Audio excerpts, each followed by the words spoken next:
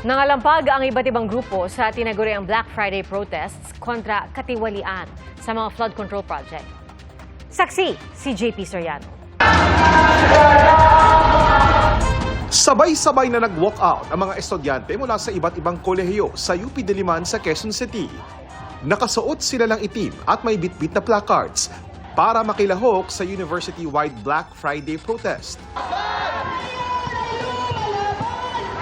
Sigaw nila, panagutin ang mga sangkot sa korupsyon, lalo sa umano'y sabwatan sa flood control projects. Huwag-an nila maliitin ng mga politiko ang boses ng kabataang Pilipino. Ang protesta, suportado ni UP President Angelo Jimenez. Alinsunod daw sa freedom of expression ang pagpapakita ng galit sa mapayapang paraan. Mga opisyal na gobyerno!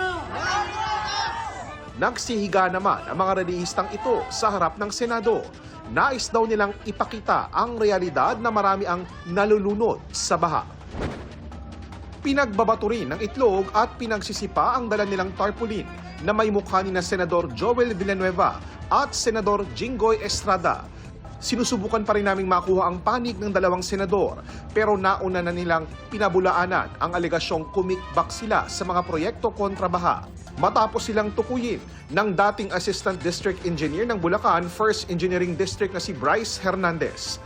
Nananawagan din ang grupo na maging tunay na independent ang binuong Independent Commission on Infrastructure na mag-iimbestiga sa flood control.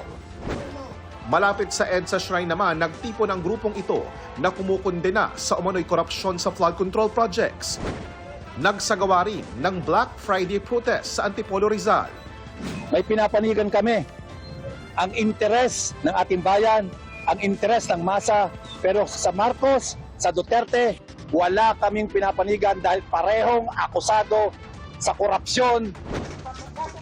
Sa pag-iingay naman, gamit ang takip ng kaldero at iba pang gamit idinaan ng mga realista sa Cebu City ang pagkondena sa korupsyon sa flood control projects.